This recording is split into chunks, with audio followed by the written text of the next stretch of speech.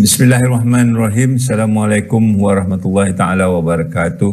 Saudara-saudari yang dikasihi, kita bersyukur kepada Allah Ta'ala kerana kita dapat bersua dalam video pada kali ini untuk menyatakan hasrat dan juga memberi penerangan tentang webinar yang kita akan lalui pada hari ini atas tajuk menyatukan hati dan minda untuk mencapai IUM 2040.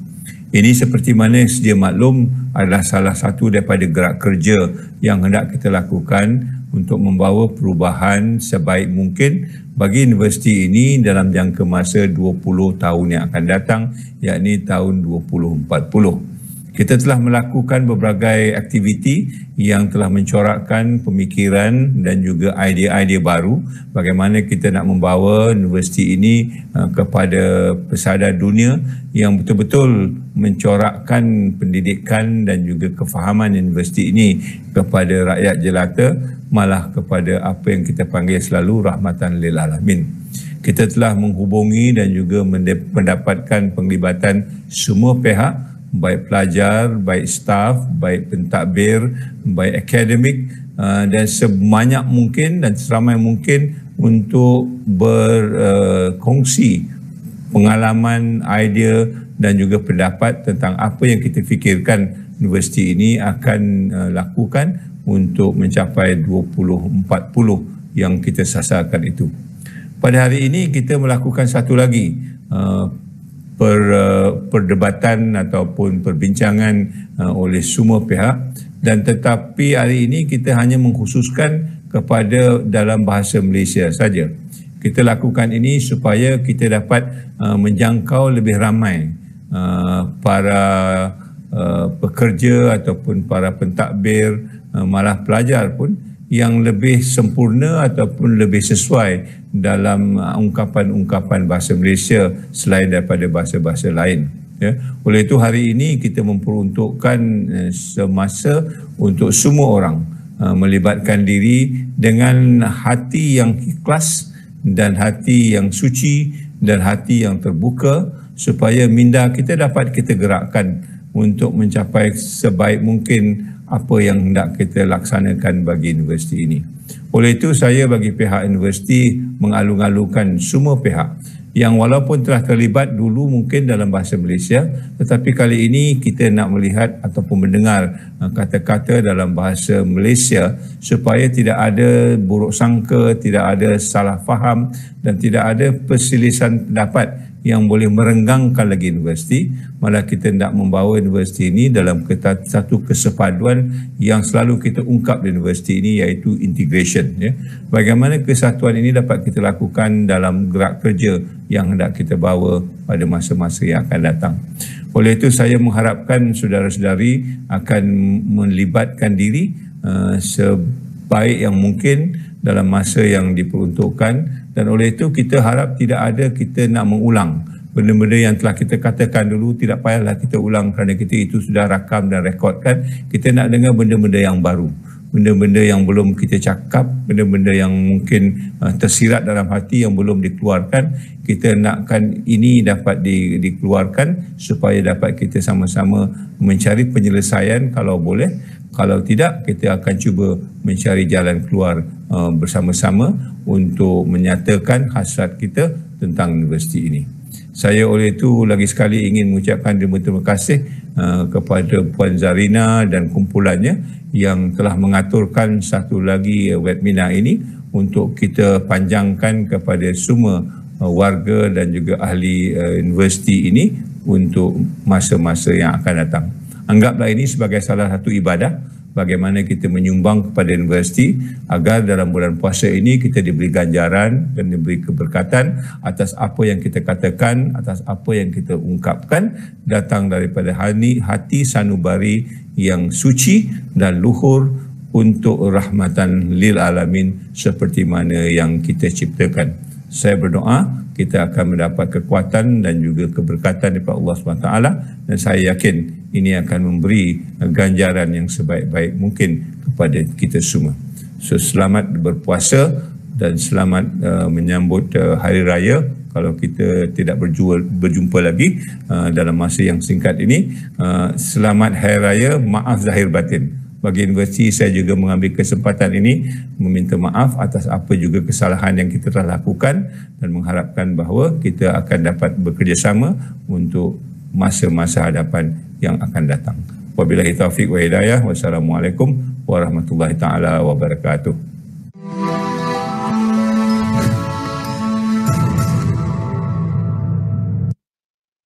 Waalaikumsalam warahmatallahi taala wabarakatuh.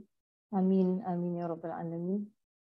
Yang berbahagia tuan-tuan dan puan-puan, fasilitator yang amat dihormati, Dr. Yasir, Madam Puan Fazida, Profesor Syukran, Brother Brodin dan juga event partner Dr. Irwan, juga event partner Profesor Ainul, Dr. Siti Zainab, Encik Saupi, Encik Yazid, insyaAllah semua graduate assistant yang membantu ya dan pencatat nota. Assalamualaikum warahmatullahi taala wabarakatuh sekali lagi. Assalamualaikum warahmatullahi. Setiap kumpulan telah diberikan tajuk dan topik-topik yang dipilih adalah dipilih khas hasil musyawarah para penganjur dan kami juga telah menerima topik-topik yang dicadangkan oleh para peserta. Secara keseluruhannya, topik-topik ini merangkumi perkara-perkara yang menjadi isu kebimbangan bersama, our shared concerns. Ya, pagi ini alhamdulillah terdapat 7 kumpulan dan setiap kumpulan digandingkan bersama facilitator. Dan insya-Allah kami akan menggunakan Futures Triangle model sebagai landasan perbincangan. Saya ingin menekankan yang tidak ada jawapan yang benar atau salah. Tidak ada jawapan yang benar atau salah dalam bengkel ini ya. Yang penting nombor 1 adalah Futures Triangle 2. Futures Triangle 2 yang bahagian di atas, tarikan masa depan.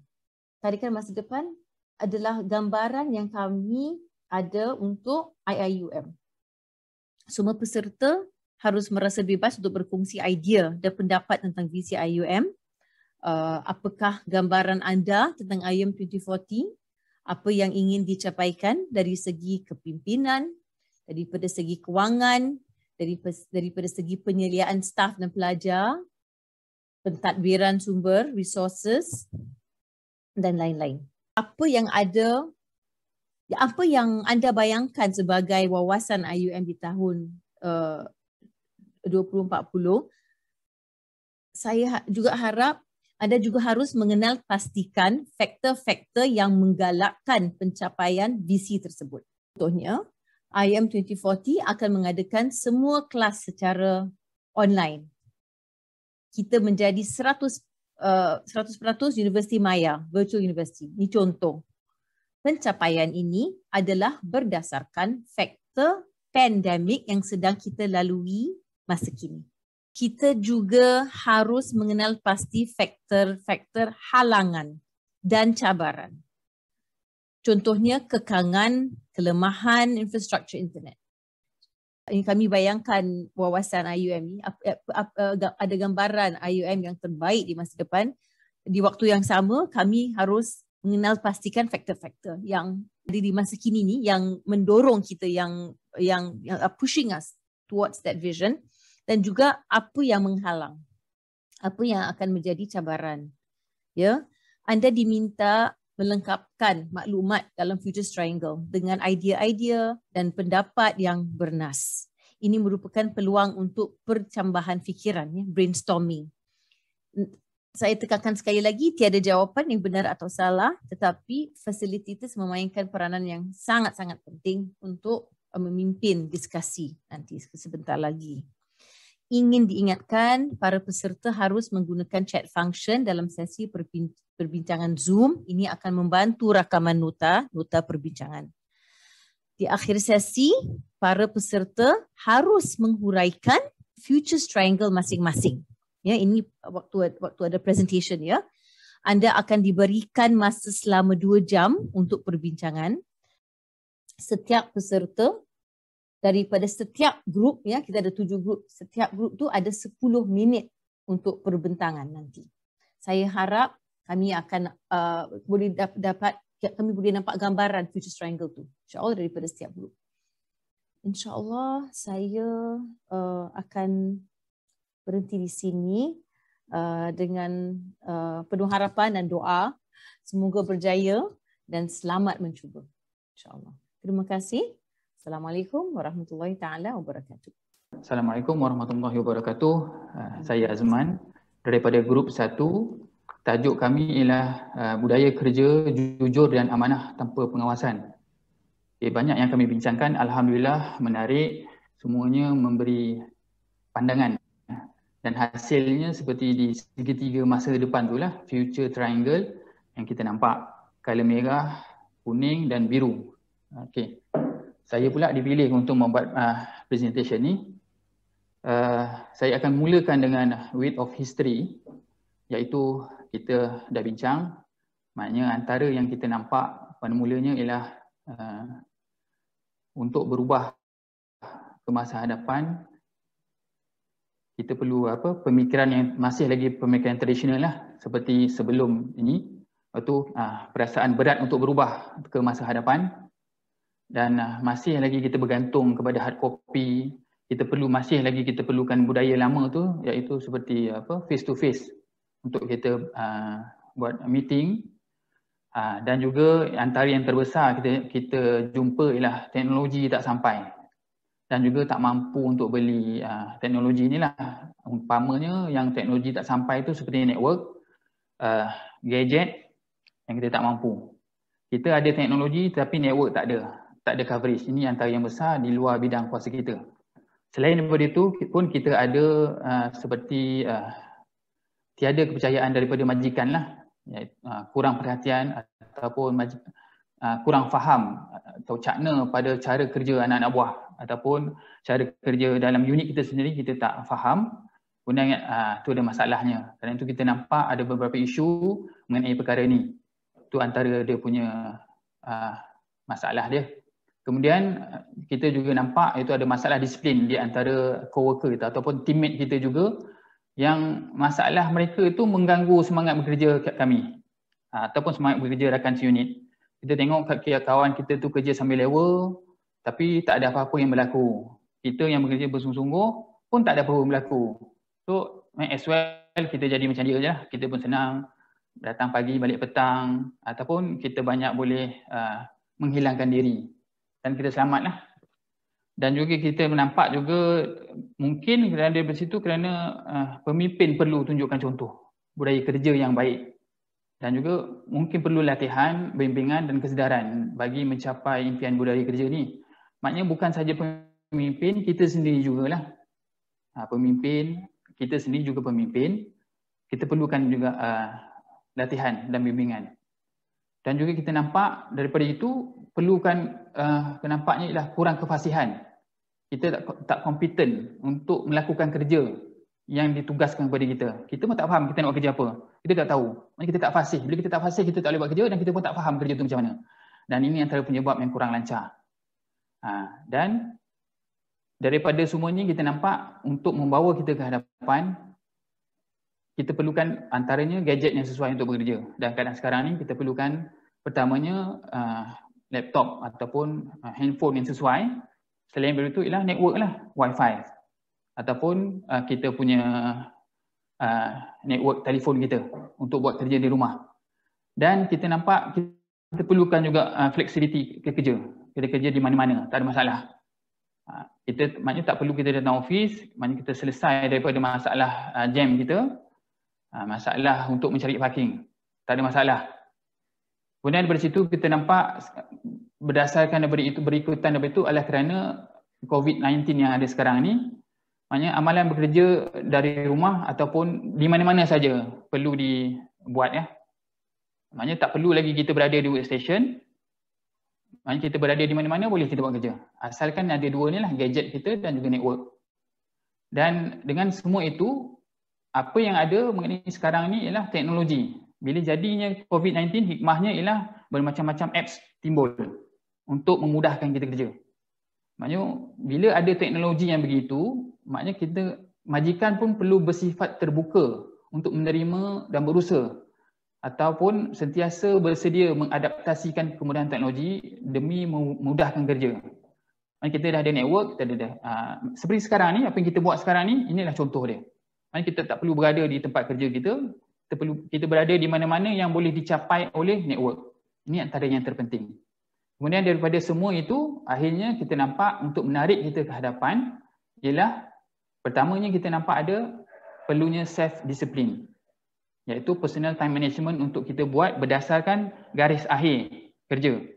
Maksudnya kita buat kerja ni berdasarkan self-discipline kita lah.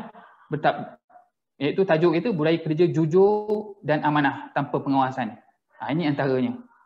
Kemudian daripada situ kita boleh bekerja di mana-mana. Tak perlu ada workstation. Yang penting ada online untuk kita menyelesaikan kerja kita berdasarkan objektif yang diberi sehari-harian.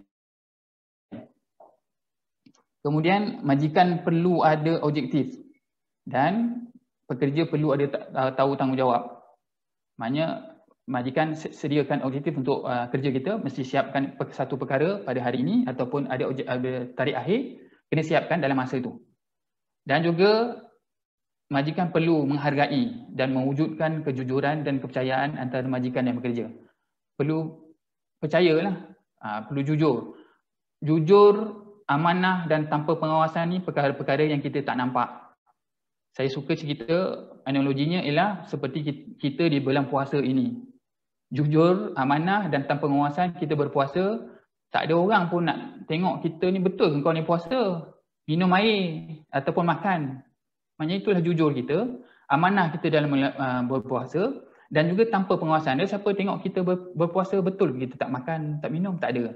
So inilah kena menghargai dan mewujudkan kejujuran dan kepercayaan antara majikan dan pekerja. Dan akhir sekali, selepas itu semua ada, yang paling manis untuk kami ialah promotion berdasarkan ataupun promotion automatic base berdasarkan hasil kerja. Itu adalah satu bentuk pengiktirafan kepada pekerja. Pekerja ni bukan saja pihak kami, pihak pelaksana, juga pihak pegawai dan juga pihak akademik. Berdasarkan itu semua, iaitu budaya kerja jujur dan amanah tanpa pengawasan. Maknanya promotion itu adalah satu hasil yang kita dapat. Dan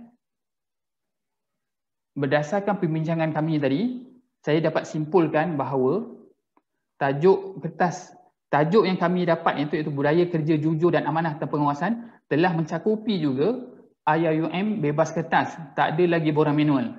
Maknanya kita perlukan gadget dan juga network. Satu selesai, maknanya tak ada lagi dah kertas.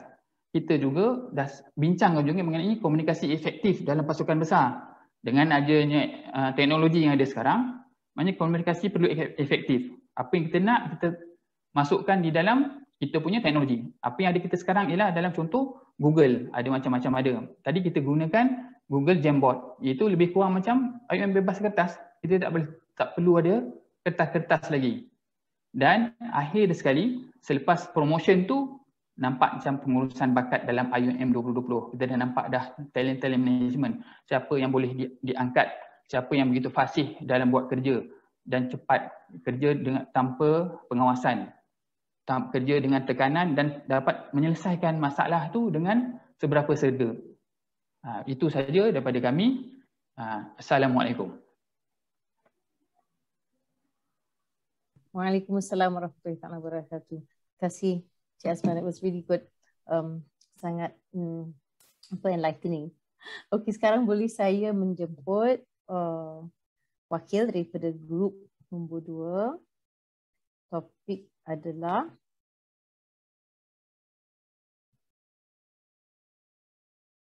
IUM bebas kertas. Tiada lagi borang manual. Goodbye forms, working in a paperless environment. InsyaAllah ini adalah facilitator adalah Dr. Siti Zainab daripada Kuantan and Nunuk Tika Salina dan Hasan Khair, ya, insyaAllah. Terima kasih Zarina. Assalamualaikum warahmatullahi taala wabarakatuh dan selamat pagi. Saya Nuraini bersama grup 2 untuk kertas cadangan IIUM bebas kertas, dan banyaklah yang kita bincangkan tadi, dan kebanyakan daripada info-info yang kita akan present ni dia bersangkut paut juga dengan apa yang Cik Azman kita baru sebutkan tadilah. So kalau boleh kita pergi ke, kalau kita boleh share the screen, cuma kami tak letakkan dia dalam the triangle. Kita letak Kak Salina tolong share. So hopefully this is acceptable. Yes, definitely acceptable. Don't worry, insyaAllah. Okay, boleh Salina besarkan sikit tak dia punya percentage dia ke whichever lah. Alright, kita susun in such a way that kita akan go with beban masa lampau, tolakkan masa ini dengan tarikan masa depan. So pertama sekali kami dapati budaya kerja lah, budaya kerja staff yang masih lagi bergantung atau rujuk kepada kertas. The tendency untuk di refer adalah kepada kertas as compared to the document lah. And then sikap tidak mahu maju ke depan atau resistance to change. Ini Cik Azman tadi ada sebut. Jadi tolakkan masa ini, what are the pushing factor adalah kita sebenarnya dah banyak, dah sistem dekat UIA ni banyaknya dah ada sebenarnya. Cumanya dia lama ataupun dia tidak digunakan ataupun tidak diraikan oleh community IIUM tu sendiri. Jadi dia nampak tidak bermanfaat. Jadi kat situ juga dia tendensi untuk kita kehilangan dokumen bila kita melibatkan paper, dan ataupun kita terlepas pandang paper-paper yang submission yang dihantarlah. Jadi tarikan masa depan tu adalah kita perlu untuk train, kita perlu retrain, dan kita perlu keep kita punya pekerja abreast. Maksudnya training dari segi aplikasi-aplikasi teknologi yang terkini supaya diorang tu hands on dan diorang boleh pakaikan sistem tu untuk melakukan kerja-kerja harian mereka. And then at the same time empower trust culture. Itu tadi yang Cik Azman ada sebut tadi, kita kena empower staff kita. When it comes to document online ni, dia macam dia terus kan. Jadi dia mungkin dia minimize on in terms of approval tu tadi. Jadi kat sini empowerment on staff tu akan kita emphasize lah in the future insyaAllah.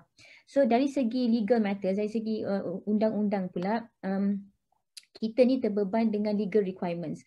ISO perlu, macam ISO ke finance ke yang kita everything pun kalau kita ada evidence on the E pun dia mesti nak juga hard copy. Mungkin kita dah go towards the E, ada acceptable situation di mana ada certain auditor ke dia boleh menerima e-document. However, masih lagi banyak dari segi penggunaan paper tu sendirilah.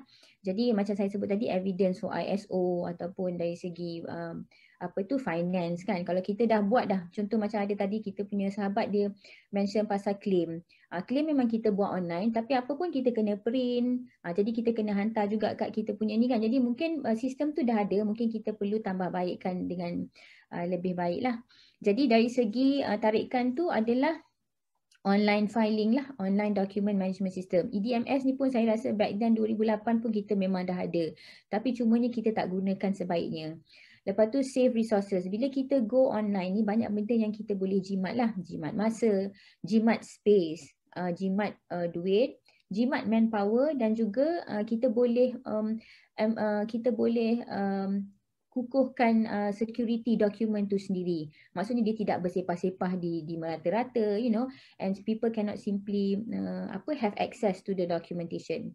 And then foreign student, researchers and lecturers no need to come to class, reduce risk of immigration. Sebenarnya kat sini apa yang kita nak cuba bawakan ialah the spirit is that when kita go online, everything semua online, kita dah tak perlu ada student in campus. So bila tak ada student in campus, so especially kita UIA, kita banyak foreign students.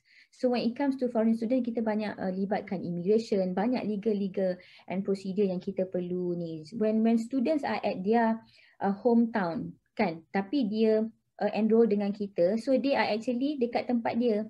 So kita banyak can reduce in terms of the requirements in terms of legal tu tadi. Okey, boleh kita naikkan sekejap? Okey, turun ke bawah.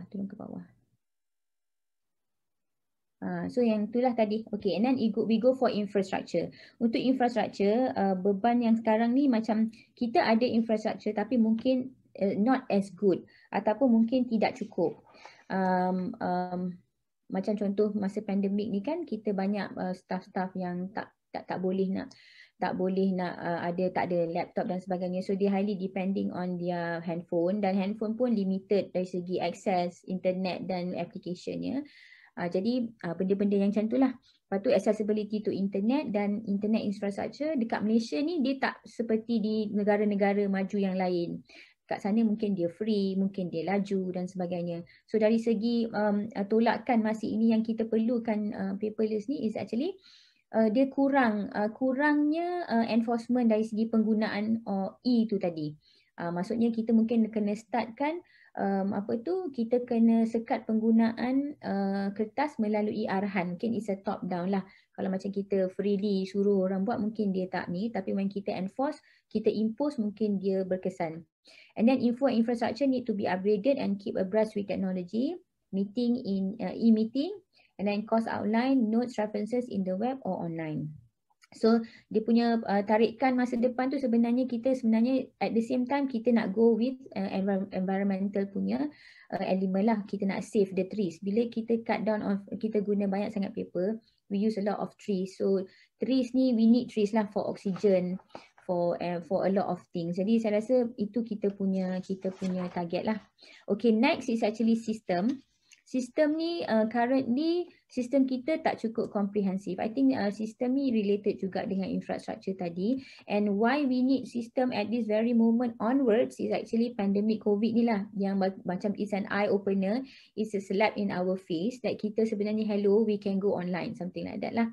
And then kita pun memang daripada dulu lagi, saya rasa back then bertahun-tahun yang lama kita dah patutnya go borderless kan, and sekarang ni is actually the practicality of the borderless yang kita nak kena enhance lah. And then the current system tu macam dia mungkin dia in silo, dia tak integrate with one system to another, and sebenarnya when it comes to system, insyaAllah kita boleh improve kita work-life balance tadi. So tarikan masa depan when it comes to the system tu, kita perlukan full integrated system, office automation. Maksudnya kita everything is actually integrated. They speak, the system boleh bercakap di antara satu sama lain, dan kita mungkin boleh refer to only one source of system that can cover a lot of things. So and then the system must also be comprehensive and reliable, and dia juga boleh mencakupi to the extent orang yang kurang upaya pun will be able to benefit from it. And then mungkin sekarang teknologi is a bit boleh dikatakan costly. Most probably kita mungkin boleh katakan kita kalau boleh teknologi tu we make it cheap and affordable for everybody across the community, which is a blessing lah. And then kita create IIUM apps. Saya rasa macam ada juga apps tapi mungkin dia tak komprehensif. Mungkin for example kita ada satu apps, yang satu untuk staff, yang di mana staff boleh print dia punya appointment letter, dia punya service confirmation, and then dia boleh buat booking dekat klinik, dia boleh buat booking ubat. You know, within the one system tu, they can have access to wonders about the university.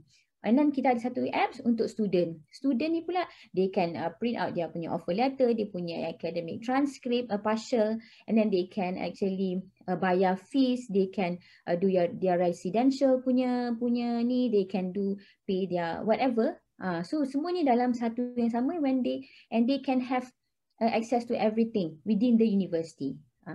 And then I think juga kita perlukan ada some sort of macam reward and incentive punya program untuk kita welcome and appreciate staff yang dia nak do invention and innovation, something like that, because kita nak improve system kan.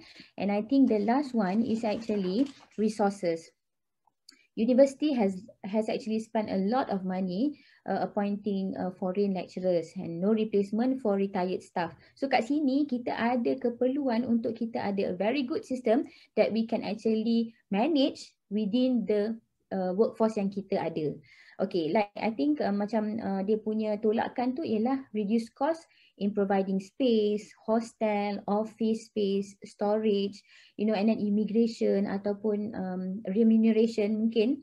And then apa yang kita perlukan ialah tarikan tu ialah kita mungkin boleh buat a project based appointment of IT personnel atau programmer. Sekarang kita macam mungkin sebab kalau kita macam contoh ada staff sekarang, when they have to do their hakiki and at the same time they have to come up with program ataupun apps, macam dia tak boleh nak give full concentration. So kalau kita buat project based, most probably we can done it in a short period of time tapi dia comprehensive.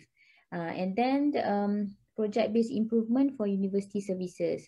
So itulah kita secara summary-nya, our group we like to propose that mungkin project-based on IT improvement for university services. Kita macam rasa we should be developing our own integrated system. Sebab kita yang faham apa yang kita nak within the community.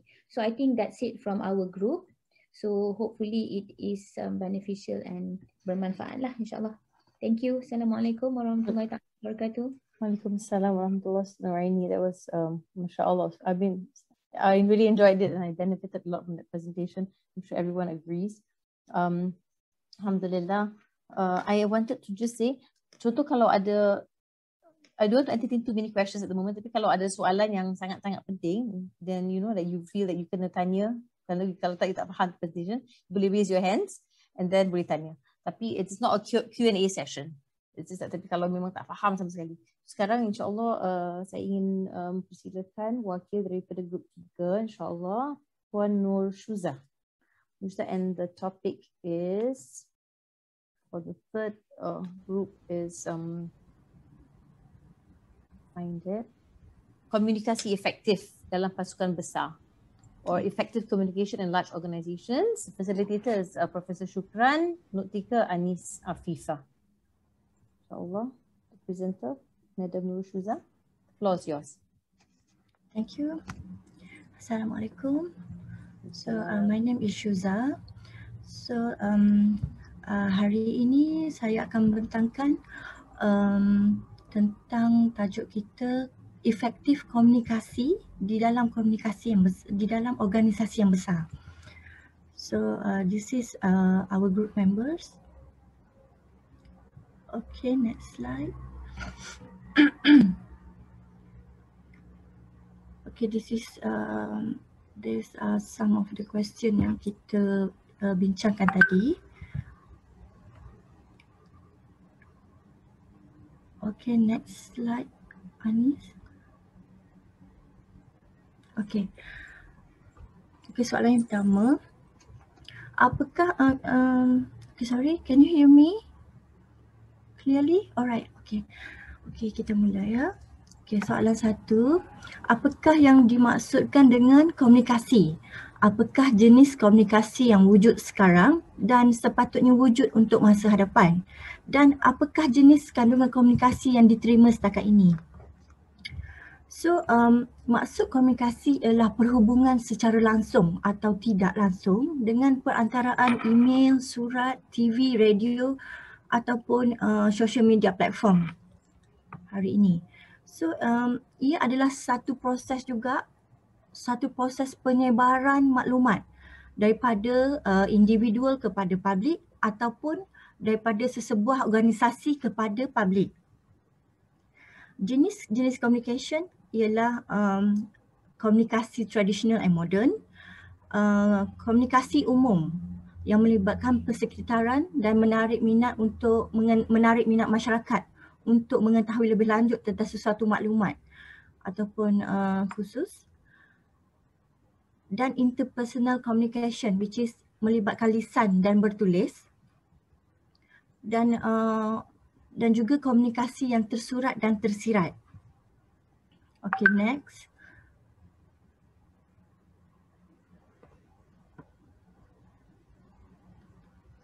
Okay, kandungan dalam komunikasi yang berlaku dalam UIAM juga berlaku secara rasmi dan tidak rasmi. Sistem atau cara berkomunikasi pada masa hadapan. So we came up with this some ideas. So staff perlu berkomunikasi dengan lebih tepat dan profesional. Second one, menggunakan kaedah teleportasi ataupun hologram sebagai medium komunikasi, and also menggunakan bahasa badan dan sebutan yang betul, iaitu boleh menyampaikan sikap ambil tahu majikan kepada pekerja. Okay, next. Okay, soalan 2. Kenapa komunikasi berlaku? Apakah tujuan komunikasi di UIAM dan apakah ianya berkesan? Apakah kesan yang diharapkan?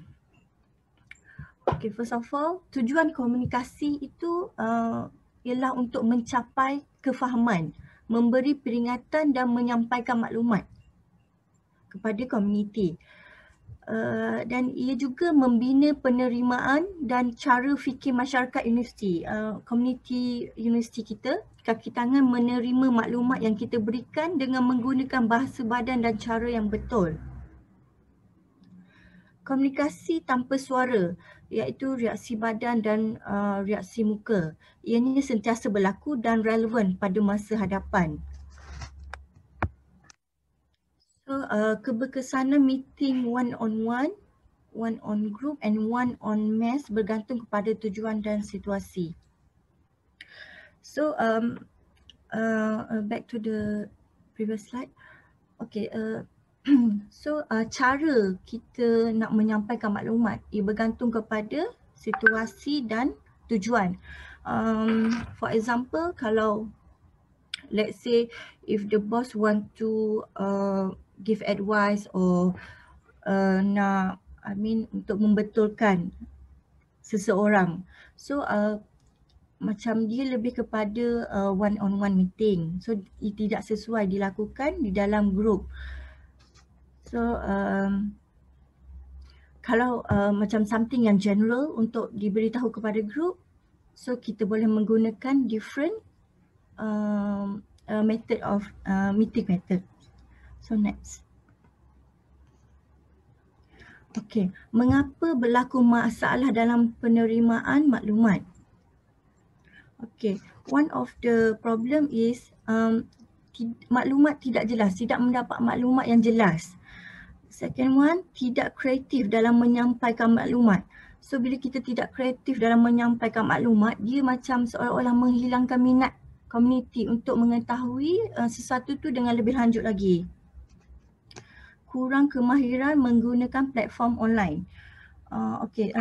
Seperti yang semua tahu, kita sekarang menggunakan platform online untuk menyampai dan menerima maklumat. So some of us kadang-kadang tidak familiar dengan platform ini. So mungkin kita boleh memberi sedikit briefing ataupun pencerahan kepada mereka yang belum boleh menerima platform online, tidak mahu menggunakan medium tidak rasmi. Okay, sometimes kita rasa bila kita dapat arahan melalui WhatsApp ataupun Telegram, kita rasa benda tu macam tidak official dan kita avoid untuk buat kerja yang diberikan melalui platform yang tidak official. Cara menambah baik komunikasi. Okay, the first one, menjadikan social media seperti WhatsApp and Telegram sebagai platform rasmi. Okay, this is one of the suggestion di mana kita menjadikan social media seperti WhatsApp dan Telegram sebagai platform rasmi kita di dalam situasi kita sekarang ini yang melimitkan kita untuk berjumpa face to face. Okay, next. Okay, next question. Bagaimana ia berlaku? Bagaimana komunikasi sepatutnya dilakukan? Okay, pencanggahan sumber maklumat. Okay, di dalam UIAM sendiri, kita berlakunya pencanggahan sumber maklumat di mana macam sebelum ini penyampaian maklumat melalui email telah ditukarkan kepada portal staff. So secara tidak langsung sebenarnya kaedah ini telah mengurangkan sasaran, mengurangkan capaian maklumat itu kepada our target group. So we came up with this suggestion dengan mengekalkan fungsi email di samping menambah platform lain seperti portal staff dan Telegram, dan setiap generasi mempunyai kecenderungan untuk menggunakan aplikasi tertentu. Contohnya seperti senior staff, mungkin diorang lebih familiar dengan penggunaan platform seperti email ataupun WhatsApp. Okay, sorry adik. Sekejap ya. Okay. Okay. Okay. Sorry for. Okay. And then komunikasi dengan orang luar pula dengan menggunakan social media secara maksimum kepada umum. Kerana apa yang berlaku hari ini, kita ada communicate, kita ada buat event dengan komuniti setempat kita, iaitu komuniti di Gombak. Tetapi kita tidak, seolah-olah tidak diwar-warkan di dalam social media. So akibatnya wujud jurang komunikasi antara masyarakat Gombak dengan our organisation. So sebagai cadangan, kita seboleh-bolehnya memanfaatkan social media untuk mendekati masyarakat sebagai kumpulan utama yang mendapat manfaat daripada kewujudan UIAM. Okay, next slide. Okay, khutbah Jumaat dalam masjid kita sendiri pun kebanyakannya dalam bahasa Arab dan bahasa Inggeris. Seperti yang kita ketahui, khutbah Jumaat juga merupakan satu platform untuk kita menyebarkan maklumat ataupun berkongsi maklumat yang kita nak sampaikan kepada masyarakat. So khutbah, our suggestion, khutbah perlu disampaikan dalam bahasa yang mudah difahami oleh majoriti jemaah. Komunikasi yang perlu dihindarkan, number one is komunikasi secara demonstrasi. Seperti yang berlaku baru-baru ini, di mana student tidak berpuas hati dengan keputusan universiti. So mereka bercadang untuk mengadakan demonstrasi, tapi saya tak sure benda itu berlaku ke tak. Berlaku ke hari itu. Tapi kita perlu mengelakkan cara komunikasi yang sebegini, yang melibatkan emosi. Okay. So komunikasi tanpa sumber seperti surat layang. Surat layang hari ini di UIM seperti menjadi satu budaya di mana surat layang, contohnya surat layang daripada student kepada staff ataupun daripada staff kepada bos. Jadi diharapkan komunikasi sebegini tidak berlaku di UIM di masa yang akan datang. Ada juga berlakunya bully cyber di mana pelajar membuli staff menggunakan platform digital atau ibu bapa sendiri yang menghantar mesej atau email berbentuk ugutan. Contohnya seperti kalau lecturer ni you tak bagi markah pada anak I, so dia akan macam satu ugutan berlaku kepada pensyarah daripada ibu bapa sendiri. So the next, berlaku juga harassment secara verbal, seksual ataupun racial harassment. And one more thing is body shaming juga adalah satu bentuk harassment yang berlaku. Next is fitnah. Fitnah, it's like when someone guna identiti orang lain untuk menyamar menjadi orang lain, dan pernah berlaku ya di UIM menyamar menjadi orang tersebut dan menyebarkan fitnah kepada orang lain. So, cara membaik pulih komunikasi, cara membaik pulih komunikasi ialah dengan cara menjaga akhlak. Menjaga akhlak tidak tidak terikat di mana-mana. Di dunia yang nyata ataupun di dunia media sosial, kita seharusnya menjaga akhlak dalam memberi dalam berkomunikasi. Tidak mengambil tindakan terhadap surat layang sebagai langkah untuk tidak menggalakkan. Okey, apa yang berlaku hari ini, bila terdapatnya surat layang kepada seseorang, kita seolah-olah memberi satu respon kepada surat layang tersebut. Jadi seolah-olah kita menggalakkan lagi komunikasi melalui surat layang. Okay, next. Okay, next question. Siapa yang terlibat dalam komunikasi? Siapa yang perlu berkomunikasi dengan anda? Adakah sesiapa yang tak sepatutnya berkomunikasi? Okay, normally in UIAM kita terlibat dengan staff, dengan bos, dengan pelajar, pelawat and pesakit normally dekat hospital ataupun dekat klinik UIAM dan juga bank. Okay, bagaimana? Melalui face to face, email, surat WhatsApp and telefon. Okay, so bagaimana kita sebagai staff UIAM berkomunikasi? Seharusnya kita bertindak sebagai duta UIAM. Sebagai contohnya kita menghadiri sesuatu event dan kita seharusnya mempersembahkan diri kita kepada umum melalui etika percakapan, penulisan dan pemakaian hendaklah bersesuaian dengan identiti UIAM. Di mana-mana pun kita pergi, kita membawa identiti UIAM itu sendiri sebenarnya.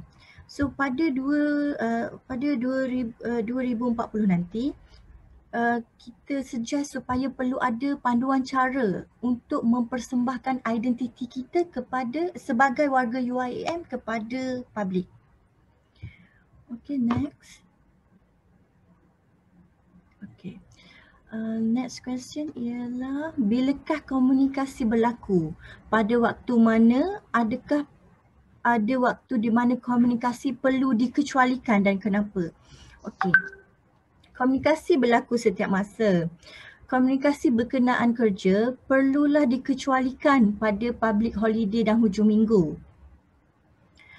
And one more suggestion, komunikasi daripada majikan tentang perihal bukan kerja di luar waktu kerja harus dilihat dari sudut positif. Because some of us, kalau berada pada hujung minggu ataupun public holiday, kita seolah-olah tidak mahu ada sebarang gangguan daripada majikan. Sampaikan kadang-kadang kalau majikan wish kita ataupun wish kita benda yang baik pun kita rasa macam satu gangguan. Itu sepatutnya tidak berlaku lah dalam komuniti kita kan. So kita terima dengan sudut positif dan kalau dia doakan kita, kita aminkan sajalah kan. Tak perlu kita macam berfikir negatif tentang perkara itu. So next question is, di mana komunikasi berlaku? Medium apa yang berkesan dan tidak berkesan? Okay, actually komunikasi berlaku di mana-mana saja. Melalui pelbagai platform, face to face ataupun secara maya.